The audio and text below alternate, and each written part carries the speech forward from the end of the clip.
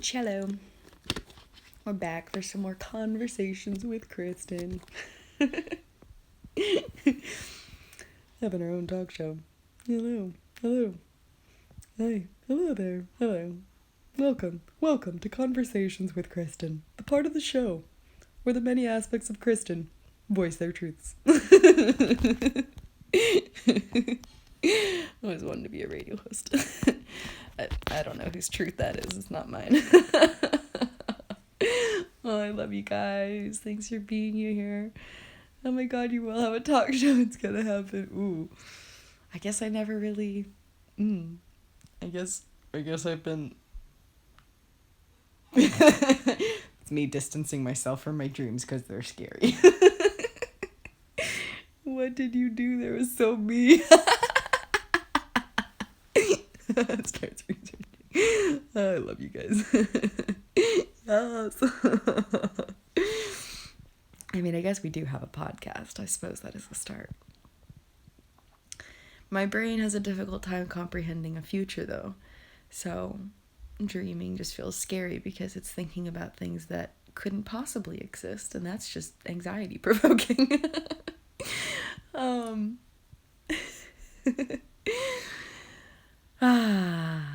Being healed while healing. So what does recovery look like? It looks like getting to a place where you love yourself.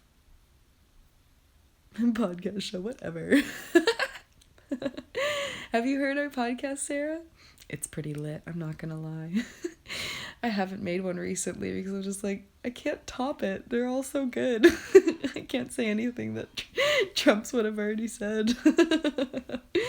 I suppose being healed while healing would be a good topic, though. I just prefer to talk with you guys than at you guys. Being healed while healing. Recovery. It looks like just loving yourself and letting go of the things that stop you from love.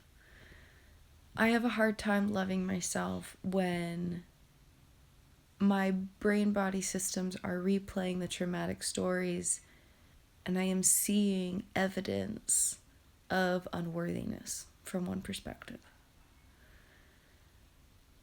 And so healing that, for one example, would be disarming those, releasing the traumatic stress from my body, being present without identifying, growing dual awareness so that I can be here in the present moment while observing these sensations arise, rerouting the messages of the consciousness, disconnecting the messages, like this is the experience, and these are the messages that were created from the experience, and these are the parts of my consciousness that need love to heal.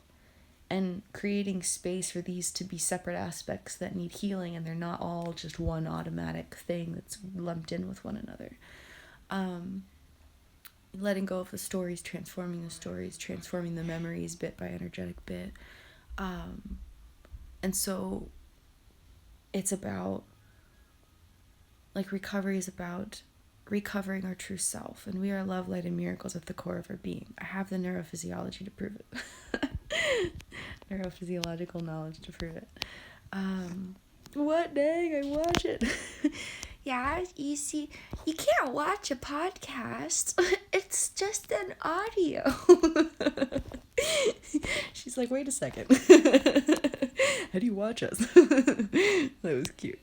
At first, I wanted to heal in a sense of wanting to get rid of the symptoms, but I've been thinking about it a little differently after my therapist suggested trying to have gratitude for what those things, such as dissociation, etc., what those things provide us. I'm so glad you have a quality therapist. That warms my heart. We did not always have the best luck with getting therapists who were ever helpful at all, but yours is on the right track, I can already tell. Yes. So I would encourage this reframe. Instead of using the phrase symptoms, try using clues of consciousness. Symptoms implies that there's something wrong with us. Symptoms implies that there's something disordered about who we are and how we're experiencing life. And symptoms dismisses the deeper truth of what's actually happening. Clues of consciousness create space for deeper truths to emerge. Clues of consciousness helps us understand that these are messages coming from somewhere for some reason. Clues of consciousness helps us perceive the vastness of ourselves. Like, we're not just a person with a disorder having a symptom. We're this expansive, complex consciousness with many aspects. And there's like a bigger picture, a deeper truth of what's happening. Because what we're aware of is only 5% of what's happening in our consciousness. That means the majority of us is doing stuff that we don't even know about, you know? And to heal, we have to address those things. We can't just address the 5% that we know about, or we're not actually going to heal because we're not diving into the fullness of who we are. And so clues of consciousness is just a very nice reframe where we kind of create space for the experience and kind of listen into what these things mean. When I'm experiencing depression, there's a deeper reason for that experience. And it's usually coming from something way in the back of my consciousness that I wouldn't have even considered if I just thought of it as a symptom. But when I look at it as a clue, then I'm like, oh, there's something to discover. There's a mystery in my little magnifying glass, you know. There's something to explore. Like, maybe I can get curious and see what this means and see what the rest of me has to say that I don't directly know about. Yeah, because I totally relate with that. I thought getting rid of the symptoms was the goal, but it's not. It's super not. You know, and it takes a while to reframe it. It takes a while to kind of allow for a new story to be told. But dissociation, depression, anxiety, these are all things that are happening for a reason. And it is beautiful that these other parts of our consciousness are trying to communicate with us. It is beautiful that the background of our consciousness is fighting for us in ways that we don't even understand or know about, while we're just up here having an experience in our awareness. Like, it's really profound, you know? And when we create space for that, gratitude, love, we change the energy of the experience and we have more power in it. And power is everything. I'm trying to do your 5 days intense self-love challenge. Is it intense? I'm so proud of you. That self-love challenge, I don't even remember that. We didn't have lucidity when we made that. Protector part vaguely recalls that. I'm so encouraged to hear that. Full of wonder life. What a beautiful name. I'm proud of you guys. I'm proud of you for investing in yourselves and showing up for the tough task of healing. I'm proud of you. It takes courage to love yourself. It really does. It takes courage to be who you are. And that courage is allowed to be beautiful. Oh my God, it took me so long to find her. I'm so glad you found her. And I'm so proud of you for continuing to fight forward even when you weren't getting the healing right away from people. Like, that takes courage. I'm proud of you. Absolutely. Wow, you got me so excited with these truths. Yay, excitement. Harness that excitement, baby. And by harness, I mean express it. Journal, dance, sing, write a poem. Those are the main things coming to my mind, but I'm sure there's other ways to express yourself. But excitement is communication from our subconscious, unconscious, subconscious. It's from our subconscious happening without our direct awareness, so unconscious, subconscious. That excitement is communication from your parts. I love it. That sounds so much more empowering. Yay! I'm so glad you resonate. Yeah, it's been a really helpful reframe, because symptoms just it doesn't expose the truth of what's happening, and there's not a lot of power within that. And I love that. What is? Oh, excuse me. Excuse me. A little burp from my unconscious body communicating to me. What is your advice on coping with body sensations related to trauma? It's one of our biggest struggles. Man, I so relate with that. And thank you for asking. We always appreciate a chance to share anything we've learned.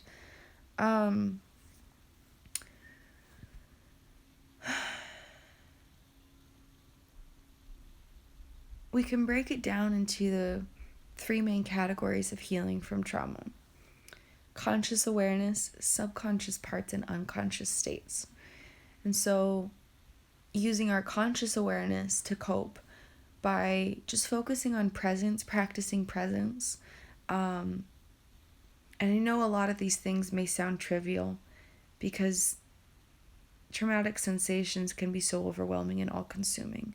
But I promise, with the consistent practice of these things, the game changes. And it is gradual, and it is like a continual process. Like, I know if I'd heard me saying these things a few years ago, I'd be like, just like practice being present with it. Like, you're dumb. I don't want to do this. like I get it. And so the things can actually sound kind of trivial, but they work. They work because they address the neurophysiology of the experience.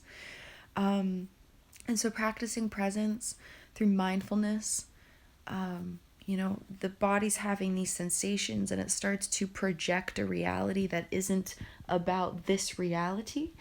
And so just bringing our mind to this present reality, it can actually help grow neural pathways in our brain that help heal things. So practicing presence, mindfulness, things like that, just finding ways to be present. One of our favorite ways to be present is to play in nature. And that often looks like just finding a little spot in nature and squatting on the ground and just putting our hands in the dirt, or finding like pine cones and stones and creating a little mandala, like a little design.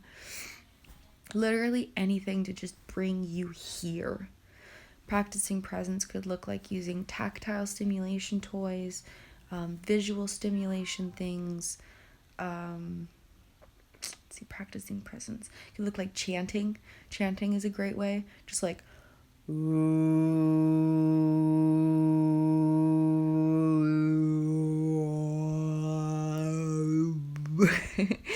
we create vocal vibrations, we actually penetrate the trauma straight on.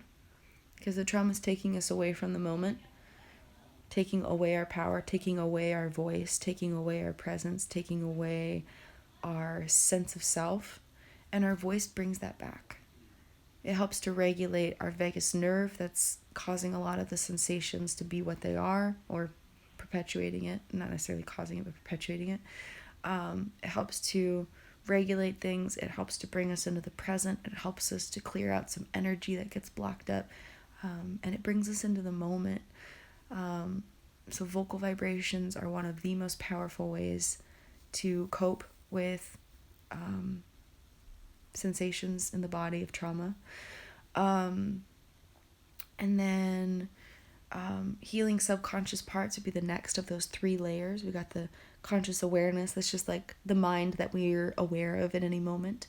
And then our subconscious parts are the things that, the energetic components that connect our conscious mind and our unconscious body.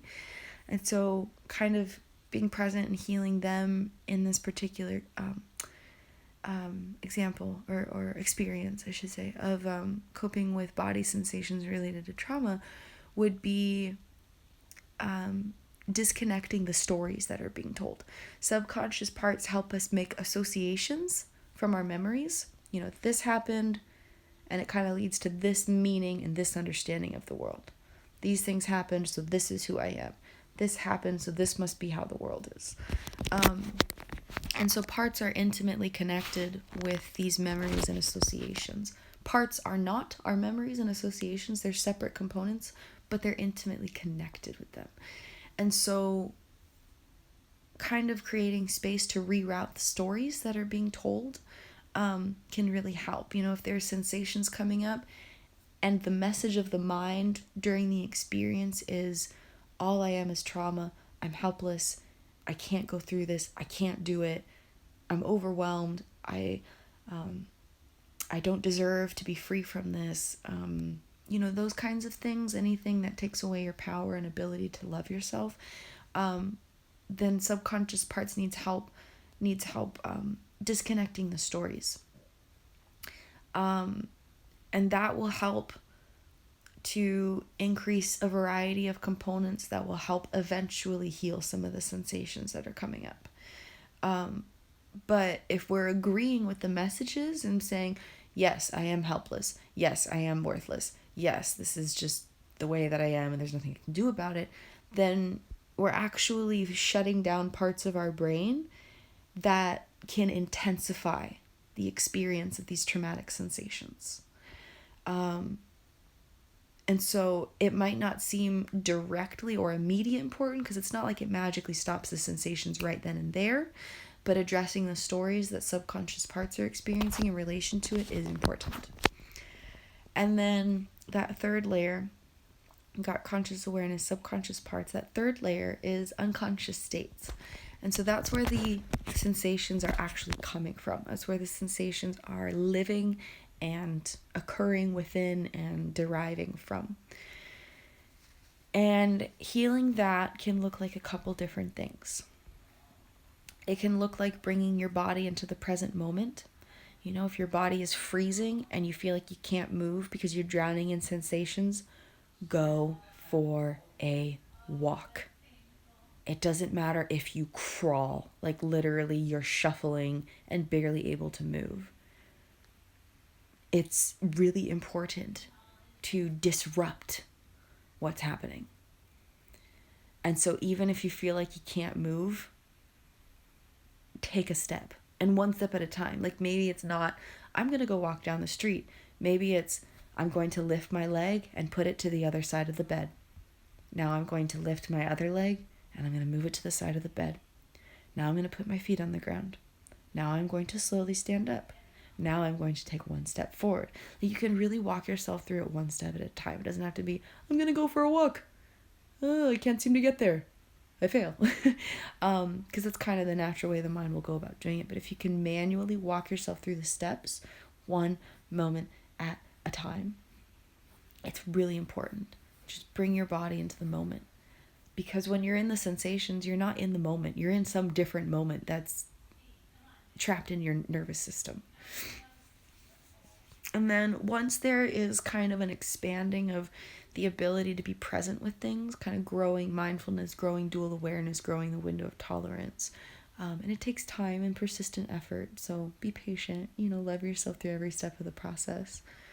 Then there's tools like traumatic release exercises. And these are very powerful and they do work.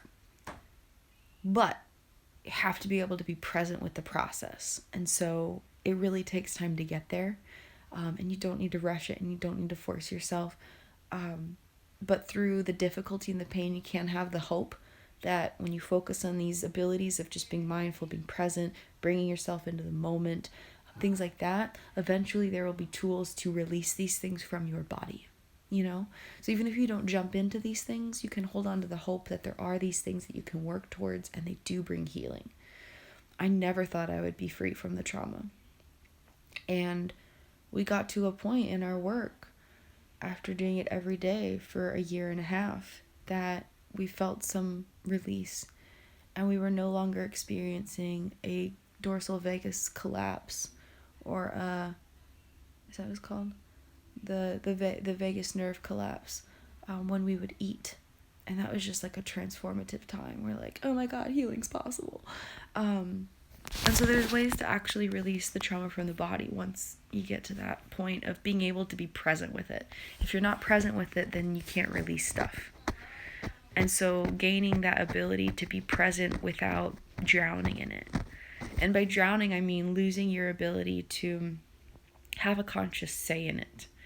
And so for us, it looked like just practicing presence.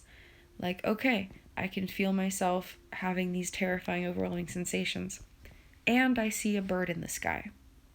Okay, I can feel myself drowning in these overwhelming sensations. And I know that I am more than my sensations. Okay, I'm drowning in these sensations and it's consuming my entire brain-body system, head to toe, in every fiber of my being. And I see, and I can feel the grass on my hand as I rub my hand on the grass.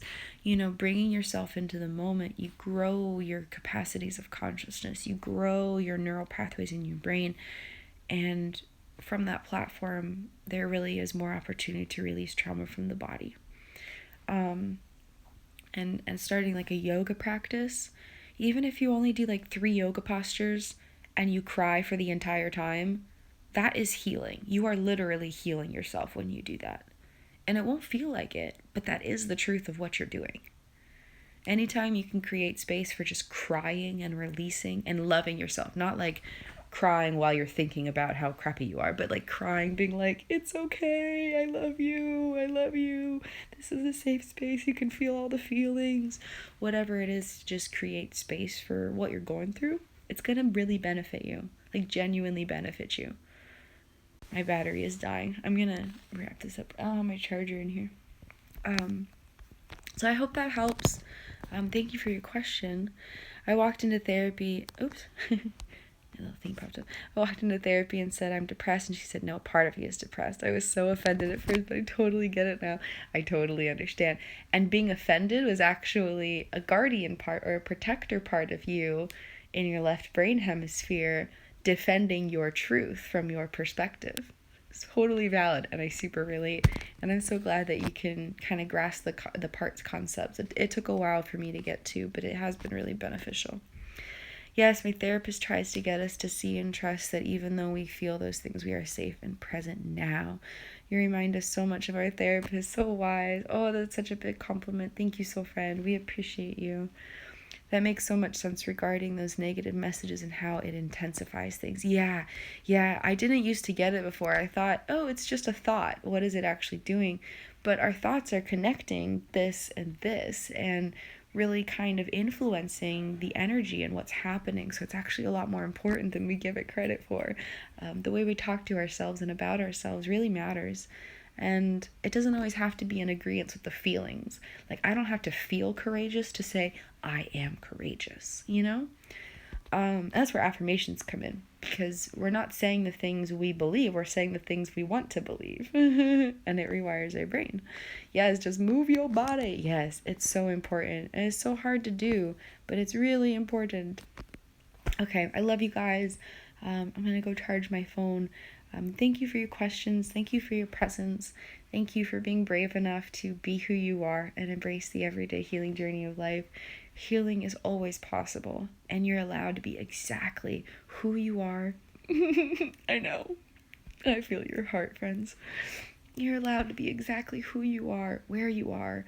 Life experience doesn't have to change right away for you to love yourself right here and now, fully, deeply, and completely. And creating space for whatever you're going through, it creates space to heal things deeper. 4 a.m. Oh my gosh, you guys are crazy. In the best way. I mean that as a compliment. I love that. Thank you guys. We love you. We love you so much. Healing is always possible, and we believe in you. We were going through so much a couple years ago, and things are starting to change, and we still have the rough times, but to see what's possible, it's 5 a.m. You guys are just amazing. Oh my God. To see what's possible, we get to know that this moment is not all that we are. We are not our experiences. Our identity is separate, and our experiences now don't dictate the experiences that are ahead of us. Keep believing in yourselves, friends. I love you guys so much. I'll see you next time.